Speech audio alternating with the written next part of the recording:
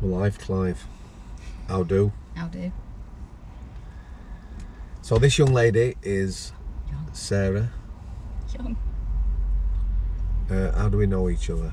Let's start with that. Well, first of all, I hope everyone's had the best Christmas possible. I say that because I know a lot of people now who are unwell.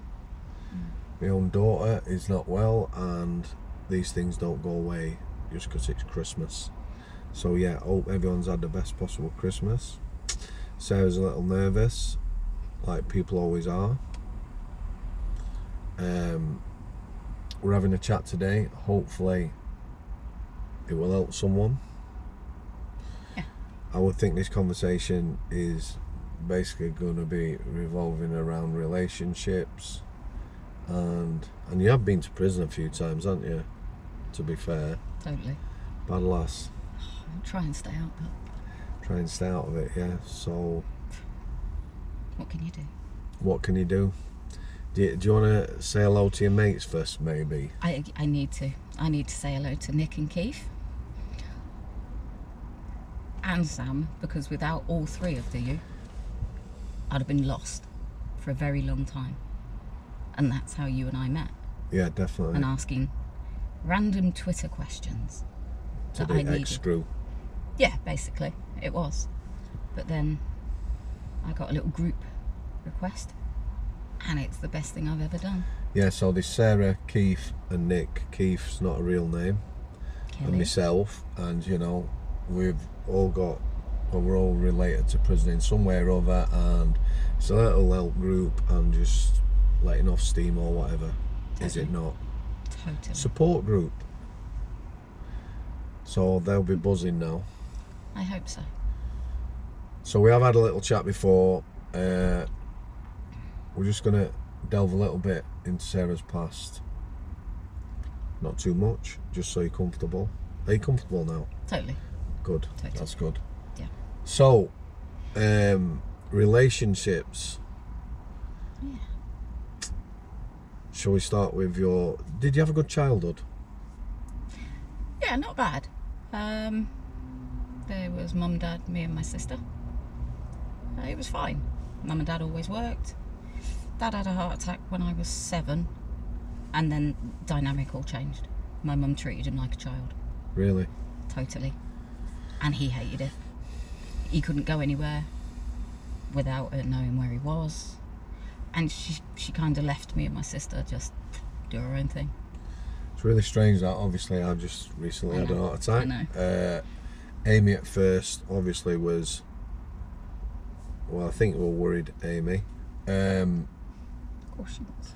So a lot of reassurance for me. The heart attack, you know, the doctor said after, yeah, your heart's fine now, however you need to make lifestyle changes. I've reassured that I am fine. I feel better now than I did before having my heart attack, so It's good. but I can understand people worrying. However, you know, it's a tough one, isn't it? It is, and it went on to the day he died. It never changed. If she couldn't get him, she worked like 30 miles away from home.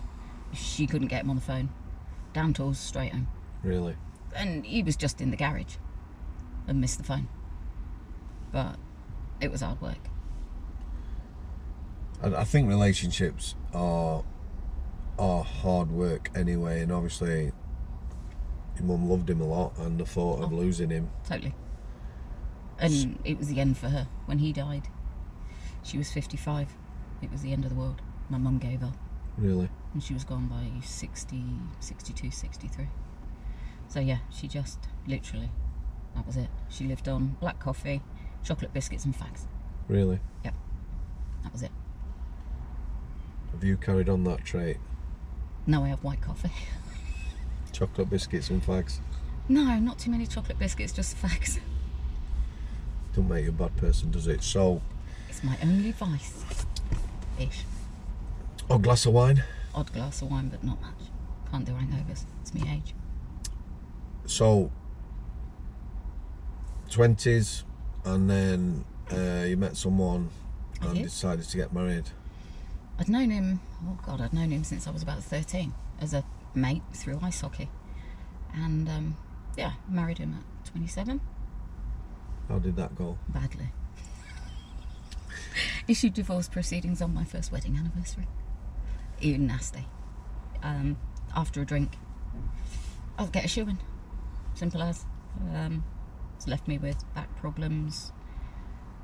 You still got back problems now? Yeah, I've got nerve damage in my lower spine. You know, you'll hear this a lot. It is what it is. I can't change it. You deal with it. Good and bad days. When it's a bad day, it annoys me. And I still get angry over it because there's nothing I can do. Does the pain remind you of that? Yeah. And if I get stressed, then I get pain. And it's just a vicious circle, so you just learn to let it go. Do you have any counselling or anything like that? Some. Did it help? No.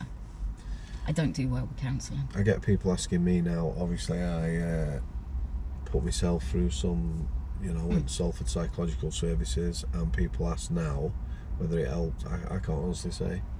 I know at the time for Amy and Billy it was not good, because I'd come home 5 hours, sort of elated, pretty good, and then probably be, you know, evening time or next morning or like Rock bottom.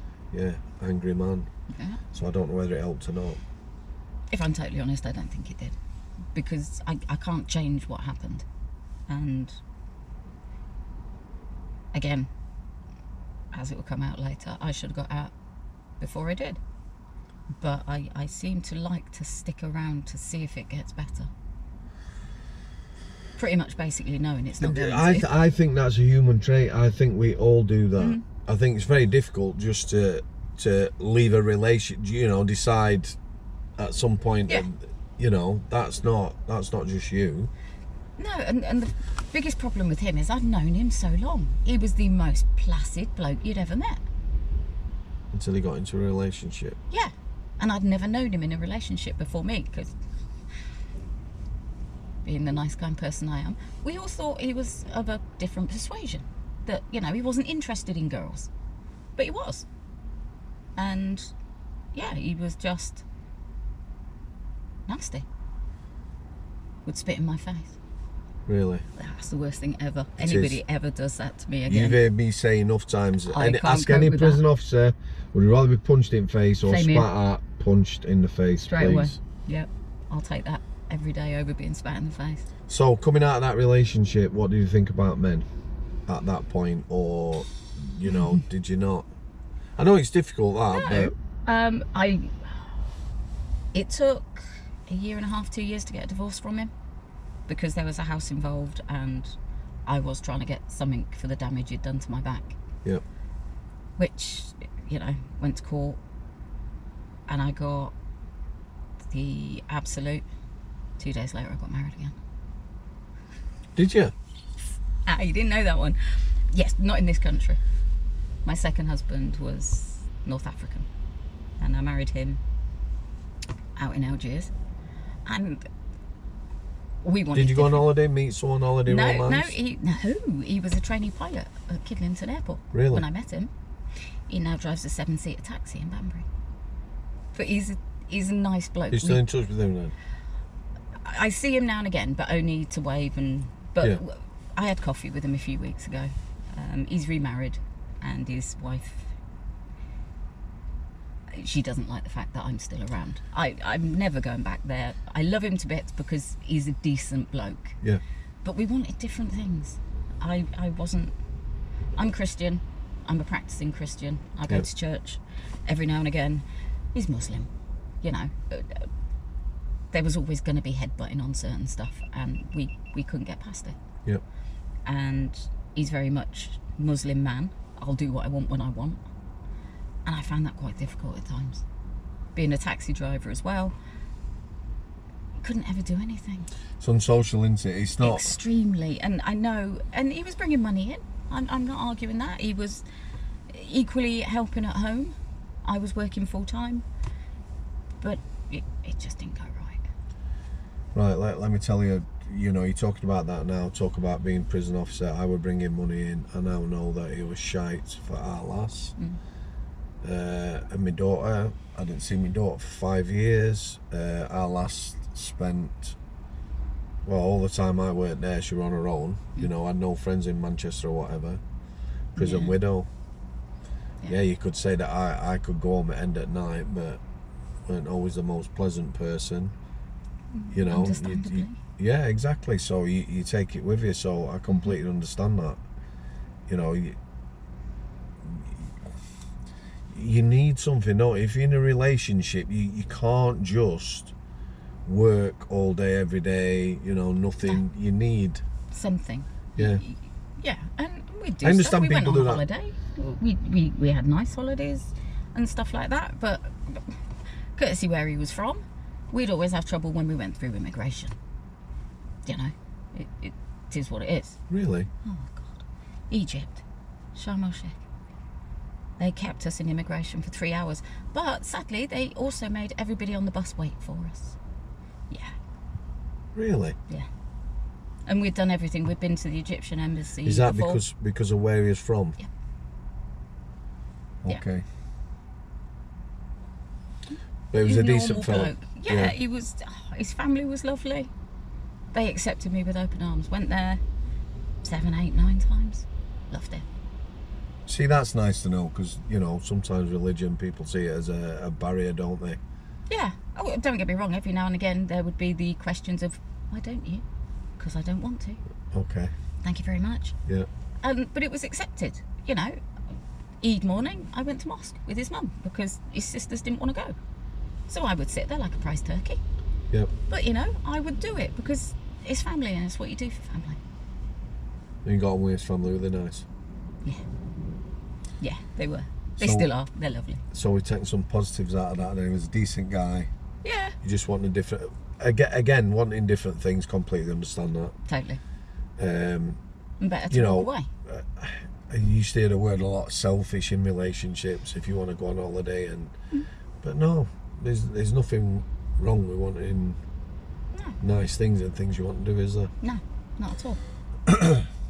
2 marriages then? Yes. Did you decide that was enough, 2 marriages?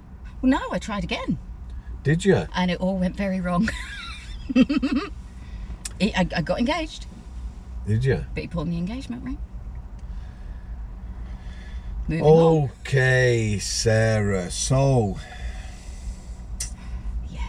when we met, started talking, well, this is the first time we met in person. Yes. But when we started talking, you were asking a lot of questions because your partner was an IPP prisoner. Yes. So, in layman's terms, people might just explain what an IPP prisoner is. It doesn't have to be a technical description. Okay. It's someone who is given a tariff.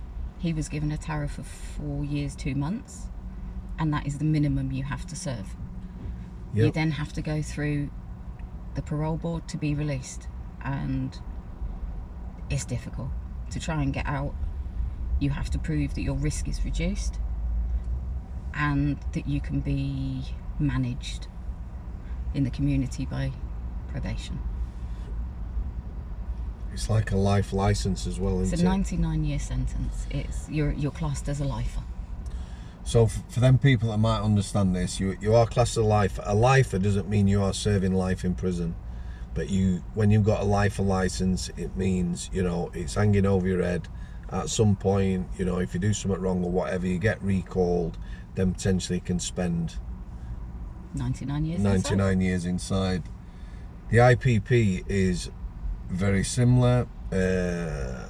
You probably know more than me. Did this sentence, did they get rid of it about 2012 or It whatever? was, yeah. So it went from about 2008, 2012. This sentence, we've already talked about this, haven't we? Yeah. Yeah, did you see my voice go up then? Because, Yeah. like Sarah said, the IPP sentence is no bad thing. No. However, what judges did, yeah, they used it indiscriminately. So somebody who maybe done a street robbery and was looking at 3 months, yeah, they get an IPP sentence. I know for a fact you know, 10 years later they're still in prison or whatever. It's about risk and reducing risk. And here's the thing, the prison system is not good with positives. When I was a prison officer, if somebody did something good, worthwhile, I always tried, you know, to document that. We're very good at documenting if someone's aggressive, abusive, breaks rules, but we're not good at putting positives on people's files and records. As an IPP prisoner, if you have a bit of a barney with an officer, you're having a bad day, and they write that down, that can stop you getting out of prison, can't it? Totally. It's as simple as that. You come up parole board, aggressive behaviour, bam, that's it, you're staying in. At the minute now, it's becoming, you know, people in Parliament are looking at this sentence. It is horrendous. There's lots of people that have served way over time. There's lots of lads and lasses, sadly, who killed themselves on this sentence. No light at the end of the tunnel. I've met lots of IPP prisoners inside. I've interviewed Jay, who's an IPP prisoner, like I say, who has got probation on his case, and, you know, he might not admit it, but he's absolutely terrified of going back to prison. Totally. For nothing.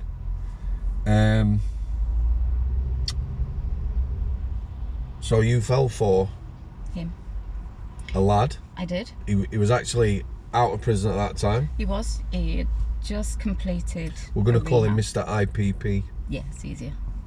He completed a rehab, and don't get me wrong, from day one, from the first date. So can you remember the first date? How did you meet? How did you? Met online. Shoot me now. You're smiling. Yeah, listen, we've talked about this as well now. Yeah. You know, the dating game's changed. When I was a kid, you know, if you met a lass, you'd arrange to meet her next week at a pub or something like that. That's what you did. You didn't phone people. No. No internet. Now it's changed, hasn't it? Totally. A lot. Yeah. But I'll give him that's one of the only bits of credit I'll give him. He told me on the first date, I'm an IPP, explained what it was, failed to tell me he was a recovering addict. And that's where it all went downhill. Were you talking a good while before you went on your first date? Yeah, a couple of weeks. That's a long time these days, isn't it? Yeah, possibly. Yeah. Okay, so you met this guy. Yeah. We talked on the phone. We messaged. Yeah. He was working. He was a so barber. no alarm bells then, really? No, none whatsoever. He told you being in prison. Told you he was an IPP prisoner. You understand all that? Yeah, and I knew I'd have to talk to probation. You know, if it went further. Explain why you have to talk to probation. Because they need to know that he's explained to me, and I understand fully what it means to be with him, and what his sentence entails. The fact that, you know, any point he can be recalled. It's an interesting point. This, I'm sure a lot of people don't understand this, but in a lot of cases, probation actually monitor relationships, don't they? As much as they monitor anyone. Yeah. You know, they'll go to the home. So like, if we go back to Jay, you know, his family situation as it was, they'll look at that. Mm-hmm. And the thing about probation is, people can write anything they want about you, can't they? Yeah. In a report. Totally. And that gets documented. Mm-hmm. And there's nothing you can do about that. No, I've. So they will have also been looking at you, wouldn't they? Yeah, and which I find difficult. You know me well enough now that I have an attitude at times. I'm quite a strong personality. I think, you know, there's nothing wrong with being assertive or whatever. I think what you've been through in the past maybe makes you like that. But again, that is no bad thing. There's nothing wrong with that. Probation did not like it. Because I would not stand there. You'd speak your mind, wouldn't you? Yeah. And also, the amount of times that they would come back to me saying, well, you said this. Now, I have a day book. I've worked in law all of my life. Well, till recently. And you keep notes. You have a conversation with somebody, you keep notes. And it's like, well, you said this. And it's like, no. I did not. But you try and get that removed. It's impossible. Well, you told me he had done this. No, I didn't, because he didn't. This is what I'm talking about now. Yeah. Yeah. And so there will be a history around you and Mr. IPP. It started with probation. They will have made notes, like you say. You don't know what they've written in them notes. No. But that then, in a case file, you know, other people will read that. Yeah. They wouldn't, if you get a new probation officer, they won't come to you and reevaluate. They would read what had been put. So if he says she's an arsey cow, yeah, that would have been right, but you know. Yeah, arsey cow, bit gobby. Yeah, keep going. Which all is my other qualities. Words, yeah, which is another word for saying assertive or whatever. Then you know, he's. I hate unfairness. Absolutely hate unfairness. Injustice. And I will fight tooth and nail. The worst bit for me is they pretend to be your friend because they want information. They want anything you can give them that they can use, and they are not your friend. So you have to be very careful what you say to them, because they'll flip it as well. You see, for me, right there, that's wrong. Yeah. You shouldn't have to be. If you want a system to work properly, right? Let's just give a scenario. So we're together. I'm under probation. Probation are visiting. You know, the conversation goes like, well, he had a pint the other night, you know, he can get a bit moody when he's had a... You should be able to talk. Yeah. However, that'll go down straight away as probably get treated as an alcoholic. Yeah. They won't be able to take my hair samples though and test them, will they? Alcoholic, you know, violent behaviour, and that's what happens. And they'll use it. They'll flip it, they'll twist it, they'll do whatever they can. But they're also, you know, you're not going to true record. You're not going to get honesty from people, are you? Because people know you probably you did from your first meeting. You know, right? I've got to watch my P's and Q's.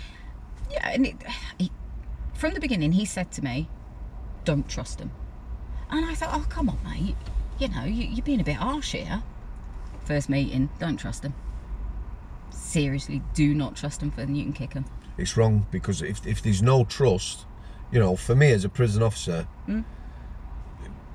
trust, dynamic security staff, if you ain't got that, what can you do? Which is what's happening now in prison.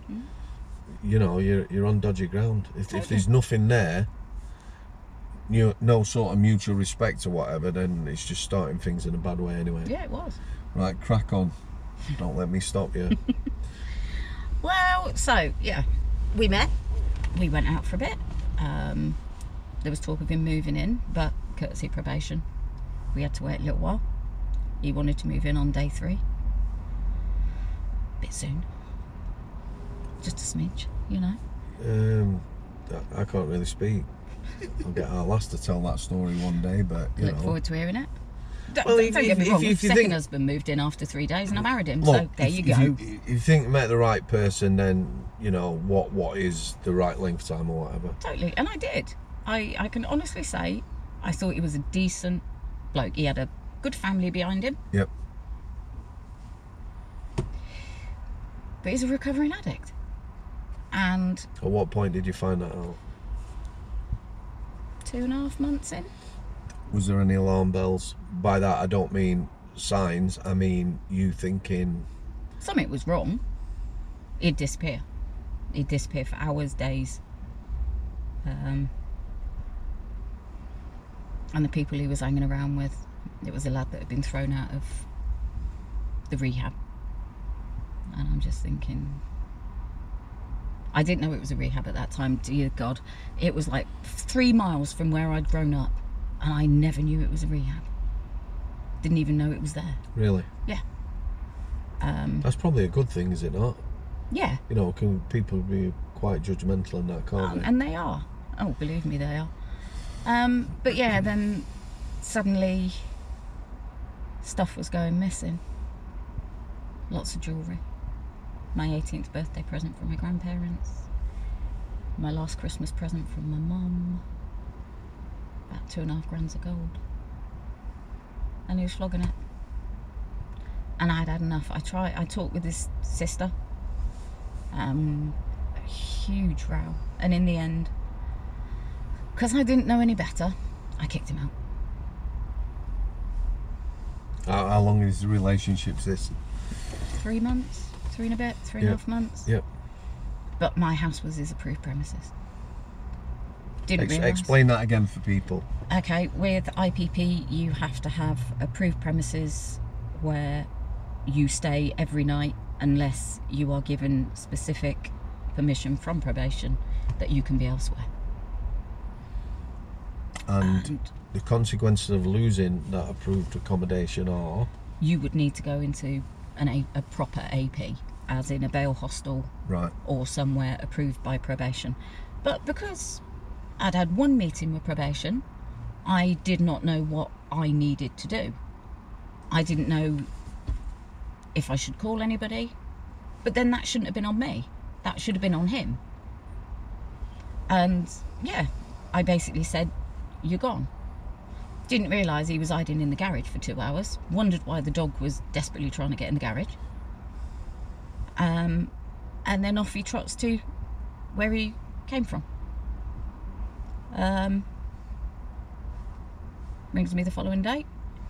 He's been called to probation and being recalled. But all he had to do was come and speak to me, and I would have let him back in the house. No question. No, that was a dumbass. Was he recalled because he'd gone to Sheffield. All right. He'd gone home. So he was recalled for that.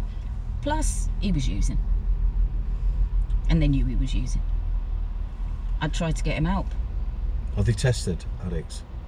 Back then, no. Didn't seem to be. Not that I know of. But, you know, he was gonna probation, doing everything. But he had a couple of probation officers, so they didn't know him. They didn't know what he really looked like. So, yeah, he got a 9-month recall and attended the probation. Did they give him 9 months, or No. did he serve 9 months? He served 9 months, had a parole hearing, and where got it out. was he was ordered to rehab again. He was extremely lucky that he got funding a second time. Very rare, I'm led to believe. Yeah, there's not a lot of funding for rehab anywhere. No, so, and the first rehab he was in was extortionately priced. Second one, he ended up trotting off down to Hampshire. So, yeah, he did okay. Well, he didn't do okay. He mucked about in there, got warnings left, right and centre, nicked a bottle of booze out of my boot, took it in to a rehab with alcoholics and drug addicts, really nice. What is your understanding? It's not a trick question, this. What would you think rehab's like? He talked a lot about the first one, and if I'd have been put in there, I would have gone absolutely batty, because they absolutely broke him down to nothing. To the point I felt it was abuse. You know, if they'd done something wrong, they would have to go and clean the bathrooms with a toothbrush on their hands and knees, and nobody could speak to him for a week. Like boot camp, that, isn't it? Yeah. Go on. I couldn't have done it. My impressions of Billy Moore, who interviewed me. Scouse lad. His second book that I read, Rehab's, wow, absolutely deeply dark. I'll put a link in the description to his book. I really enjoyed the book, however, it starts dark and gets darker, talking about addiction and rehabs. So rehabs, I don't know what I imagined. I'm thinking, you know that he talks about going into rehab, and you know, he's been there 10 minutes and someone's offering him drugs and that, because there's loads of drugs in there. Everyone's still using. There's a bit of a hierarchy among the residents, patients, whatever you want to call them. Yeah. It's not what I thought at all. Again, you know, you're saying cleaning bathrooms with toothbrushes. It just sounds punitive. That it doesn't sound like it's just going to cause resentment, isn't it? It's not going to stop anyone taking. No.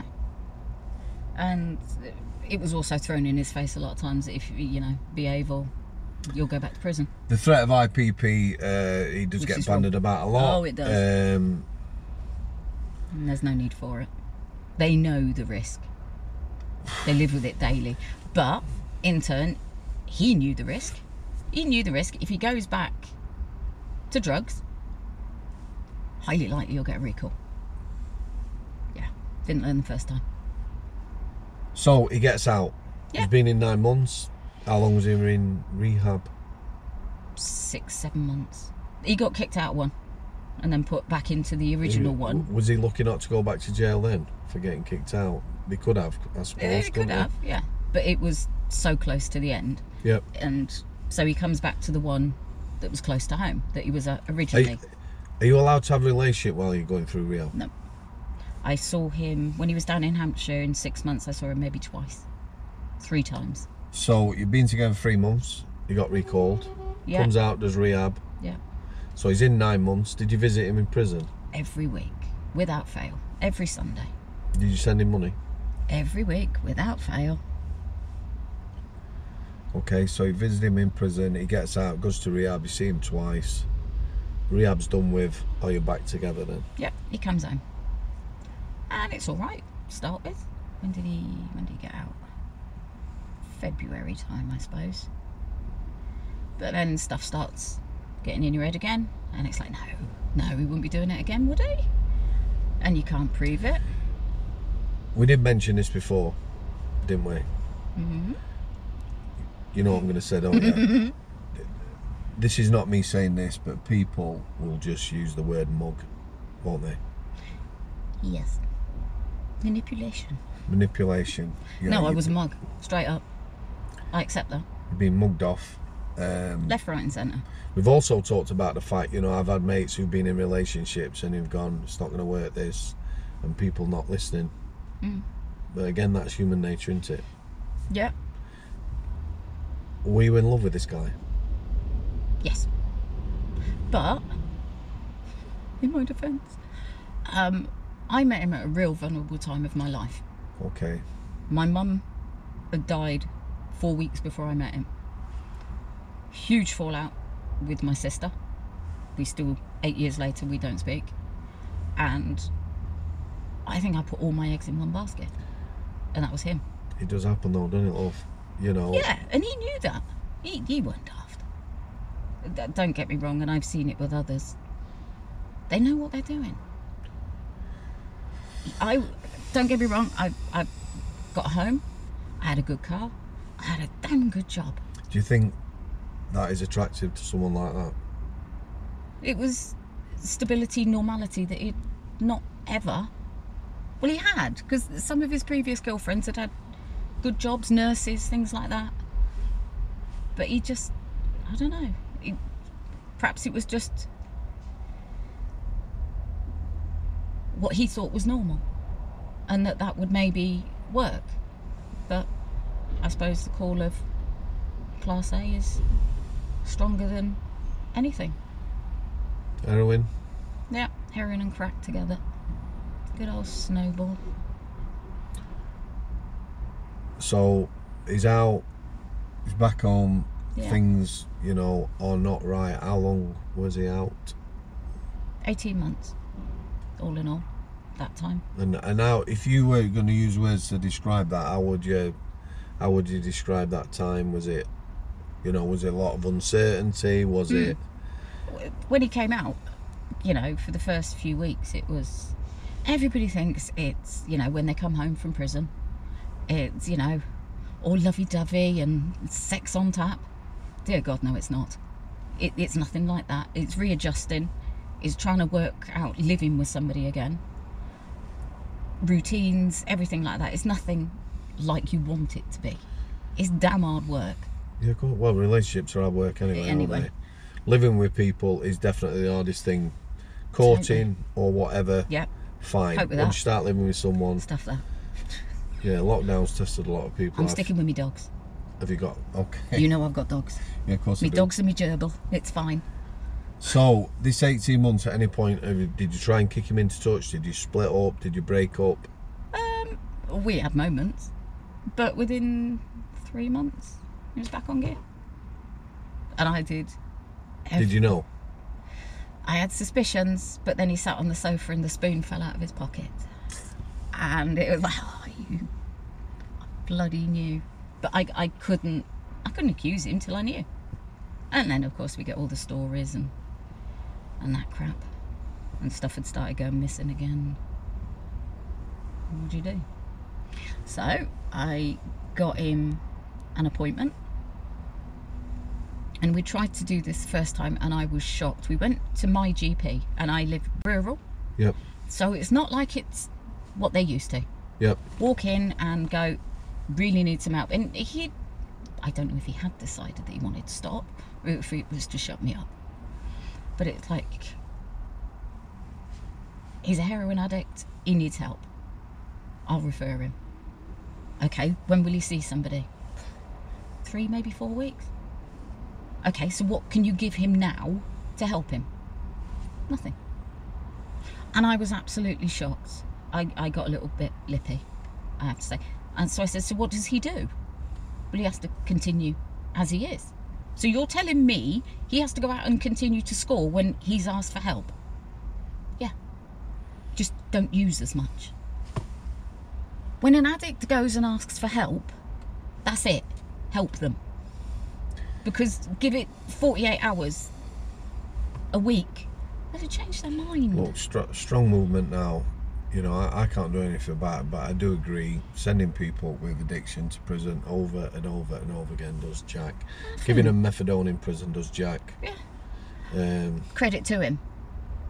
And he won't get much off me, but he will on this. He got off both times and in good time. Okay, don't get me wrong, we dragged out the last 5 mil. Sorry. But he got off it. And both times he came out, he was clean. And he'd been cleaner. Inside or out? Inside. Okay. But don't get me wrong, he dabbled, by all accounts. He dabbled. But he got off, I think he was on 100 millilitres of meth when he went in. Yeah. Which is a big old dose. Methadone. It is, yeah, it is massive. It's a massive dose. And he came off that in 6 months. So, you know, there is credit there. And when he went on his hearings, he was clean. But coming out, I don't know what it is. I don't know if he just can't deal with the outside world now. We know a lot of people take drugs from past traumas and things like that. No excuse for bad behaviour, nothing is. No. Like I've said, mental health, my manager always said, mental illness is not an excuse for bad behaviour. No. But we're definitely not doing nothing right, sending people to prison and that. No. The methadone, I've got a lot to say about that stuff. Don't do nothing, you see them all coming in, taking the methadone and anything else they can get. Your hands on. A lot of deaths related to methadone. Again, coroners won't come out and say overdose, taking methadone, taking this. They don't do that. They won't. So he's out 18 months, and then what happened? Well, in that 18 months,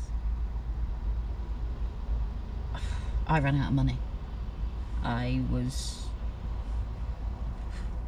taking loans left, right and centre, payday loans, to try and... Because every time he'd say that, you know, I don't want to go back to crime, but if I ain't got money, I'm going to have to. So I got myself debted up to my ear rolls. And the money ran out. So he went back to crime. He got a 44-month sentence. Got recalled and given 40. Did he actually go back to court? Yeah. Yeah. Yeah, he got 4 new charges. So it weren't a recall as such. He actually... They recalled him before. Right. But then he got caught committing crime, so went back to... Yeah, they recalled him because they realised he was back on drugs. Yep. And the police had contacted probation. It took the police a long time to contact probation, I'll give them that. And yeah, he was sentenced. He pled guilty. He was sentenced to 44 months. But that turns out longer because, you know, so technically he only had to do 22. Yep. But once we got to so that he does point, off. yeah, because he pled guilty at, I think, first or second hearing. But then again, you have to get through the parole board, and it was in height of the pandemic, and probation weren't gonna go with release. They didn't release a lot of people because of the pandemic, did they? No. Biggest thing they wanted for him was drug testing. Approved premises bail hostels were not drug testing because of COVID. They couldn't do it, wouldn't do it, don't know what it was. So I, working. There's no reason you can't drug test someone during pandemic, is there? No. These people have gone to work, crucial services, you still go to hospital for appointments, still go to GPs for appointments and other things. They could have done it, couldn't they? Yes, totally, but it was an easy way to keep him in, I think. It's a swab. He could have stood in front of them, they could have had a mask on, they could have been 2 meters away, they could have watched him do a drug test. P test. Right, enough about Mr. IPPs. This 4 years, I want to ask you how it was for you. Are you still visiting? Every bloody week. Are you still sending money? Yes. So as a woman now, on your own, supporting someone in prison, do you have a social life? No. Have you got any friends? Have you got any money? No to all of it, because... Again, so 4 years, people are going to say, why didn't you... Was there any doubts during them? Well, no, there's got to... No, there wasn't. No. There was at times. This is when engaged. we first started talking, isn't it? Yes. So it's coming to the end of this, so... you're asking questions about things, so... it must be just hopelessness or whatever. I can't even imagine. I can't imagine being separated from our lass and seeing her once a week for an hour. Yeah, and then through the pandemic, it was 8 months. Didn't see him for 8 months. But still, constantly fighting in the background to get him released. Doing probation's job, because probation wasn't looking for anywhere that would test him. So I find a dry house that will test him and report back to probation. And he has his approved premises. How did you do that? Are you writing letters and contacting people continuously? Had a contact from the first rehab, and he helped me. At that point, I didn't know it was residential, which, fine. It was 15 miles from home. Oxford. Not the end of the world. But they agreed to take him. And fine. It was agreed he could be released, which came as a bit of a shock. I didn't expect it. And so he comes out. He comes out, expects the world. Have you got me this? Have you got me that? Is this October 2020? Last year? Yeah, sorry, lost whatever year we're in. Explain, what do you mean he wants everything? Oh, needs a phone, needs new clothes, needs some money, new trainers, he gets everything. Gets a new phone, on contract. Mug puts it in her name because he ain't got open hell of getting a contract. And yeah. Christmas? Yeah. Was it a good Christmas? No, it was utter hell. Because, yet again, I was expected to do what he wanted. He'd been in prison. So yeah, spent every last penny I had on Christmas presents for him, his family, everything. Go to his family and, okay, fine. Come back Christmas Day, because of lockdown. He spends one night at home, then has to go back. And whilst in Sheffield, I found a lump. So I had a bit of a cancer scare going on, which wasn't super. But he disappeared off the face of the earth for a while. And I'm thinking, here we go again. No, not quite the same as before. He'd found somebody else. And I was talking... How long is this after he's got out? 4 months-ish. So 4 months. Yeah. 4 years, supported him. Been 7 years nearly. Visited. 7 years in total. Yeah. I don't want to look bitter. I truly do not want to look bitter, because my life now is better than it has been in the last 7 years. I'm doing what I want. I'm back to being me. You've always worked, haven't you? Always. Don't get me wrong, I had 6 months off when he was recalled the second time because, like I said, I've got a back problem. I had major pain issues and my mental health took a kick in. I can't imagine 7 years. It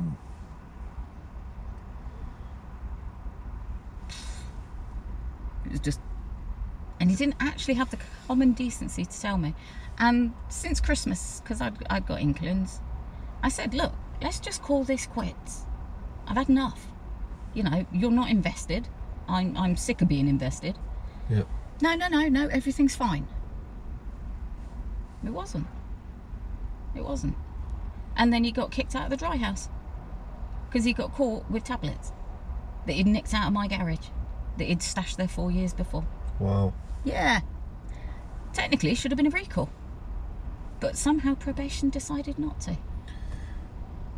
Lauren to the self probation, aren't they? We've talked about probation before. There's people who go back for something and nothing, late for appointments, damage to property, in bail hostels and the like. And then there's other times, you know, there's no hard and fast rules, is there? No, and that's the annoying bit. And, you know, so he got kicked out of there. They put him in a hotel that's like £100 a night because there was nowhere else to put him. So, you know, no one's watching him at all. He's with other mates in there that are definitely using. Yeah, no question. I'm not saying he's using. I don't know. For his new lady's sake, I hope he's not. I have no malice against her at all. I truly hope he stays clean because she will not know what's hit her. I think it's very, for me, you know, I think a lot of people will just be bitter and angry and stuff like that. However, like you say yourself, for your peace of mind or whatever, I'm doing what I want again. If I want to go on the sunbed, I'll go on the sunbed. If I want to go and get my nails done, my hair done, I've got money to do it. Whereas when I was with him, I never had a brass farthing to myself. There would always be a reason for him to want the money or need the money and for me to just hand it over. And if I hadn't got it, he'd take stuff. I think I've told you, I went into a jeweller's once to buy a piece of jewellery. Merrily stood at the counter. This guy is trying to sell these 2 pairs of earrings to a woman in front of me. And he's going, I don't know what stone that is. They're pretty, they're really pretty. And I just looked over his shoulder and went, mate, they're orange sapphires. They were my earrings that I didn't even know had gone missing. Really? Don't get me wrong, I used to have a lot of jewellery. Jewellery is my thing. If I had spare money, I would buy jewellery. Gold's a decent investment. It is now. 20-year high. Yeah. If I still had the amount that he stole off me, I wouldn't have any debts. I wouldn't have a 15 grand IVA against me. Not proud to say that I've got it, but I've got it. Look, you're still paying your way, you got in debt, you're paying your way. At least I haven't walked away from it. I'm trying to pay it, and I've paid as much as I can all the way through, and if at any point I can pay it off properly, I will do. So, what's the future look like for Sarah? I'm going to be selfish. I'm going to do what I want. We've also talked about that. It's not being selfish. True. Getting things for yourself and doing things you want to do in life in selfish, you know. But it feels like it because that's how I was made to feel. Because, don't get me wrong, I try and put other people first, but I'm tired of it. I'm tired of it. I want to do stuff for me. I am going to be a damn sight pickier if I go back out with anybody. But right now, I do need to get a bit of a life. Me, 2 dogs and a gerbil. It's quite a sad existence. If anyone, if anyone's in the Oxford area likes dogs and gerbils, and but no, joking aside, I know it's been quite difficult for you, hasn't it? It has, because I'm bitter. I am bitter. I didn't want to look bitter. But like now, this month, I'm still trying to get the money out of him for the sodding phone. We're still in the same calendar year. It is a very short time. You know, mental health. I can't imagine. It didn't do our lass any good being a prison widow. No. I know it's not quite the same thing, but it definitely no pleasure, no joy, no social life. No. A lot of time spent on your own. Yeah, because you're too scared to miss the phone. Yeah, people not understanding. Lost a lot of friends. Yep. Lying to people about. Did you lie through embarrassment? Yes, totally. My job that I'm in now, I've been there, what, 3.5 coming up? Yeah, 3.5 years. Wow, for the first 3 years, they just thought he was looking after his dad. Because you lie. You lie because you don't want... And when it all went wrong, I admitted everything. And did you feel better? Oh, God, they supported you? And they have supported me beautifully. See, that is the thing, innit? We worry about too many times in life. We worry. You know, these stupid little quotes about what other people are thinking about you. And don't get me wrong, I'm sure they've looked at me and thought, you silly mare. And I'm sure they have, because 8 years ago, I'd have looked exactly the same on someone else. But they've been kind, they've supported me, and anything I needed to do, or anything, time, just, you know, in a grumpy mood, they've been brilliant. I couldn't wish for a better family to work for. So there are some positives, aren't there? There are, and like I've said, I'm back to being me. I'm back to the gobby. So you're looking forward to next year then? Totally. You know, the New Year thing, I try not to do it in my life. No. However, you know, sometimes you just need that, don't you? It don't have to be New Year. You just need a point where you say, right, that's it. Upwards and onwards. Totally. And, you know, I have moved on from this. It's made me a different person. I'm not saying it's made me a better person. But I've tried to help others in the process. You know, on Twitter and Facebook, there's a lot of women, I see me in them 7 years ago. You know, he needs this, he needs that, I can't do this, I can't do that, what do I do? You put yourself first, love. Don't do what I did. Don't lose you for him just to be him. Which is a good thing. It'd be dead easy just to, like, you know, ignore things like that. But like you say, yeah, if you help one person go through some understand addiction, you see addiction, it's alright, addicts explaining addiction.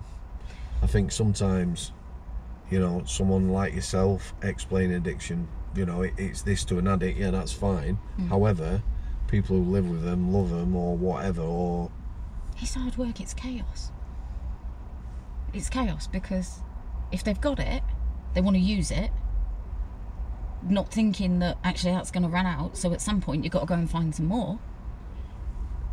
If it's there, it has to be used. You can't keep one like overnight for the following morning. This is why a lot of addicts end up being small-time drug dealers, because all they're doing, you know, like yeah.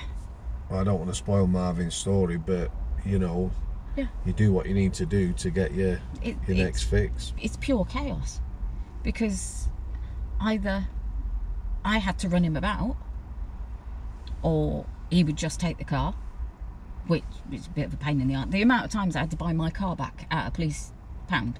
Really? Yeah. That does piss you off, that does. And getting a phone call at work saying, can we go in your house? It's the police. Are you going to give me the number of your safe so I can check what's in there? Really? Yeah. Being threatened by the police that they'd try and do me for handling stolen goods when I had absolutely nothing to do with anything.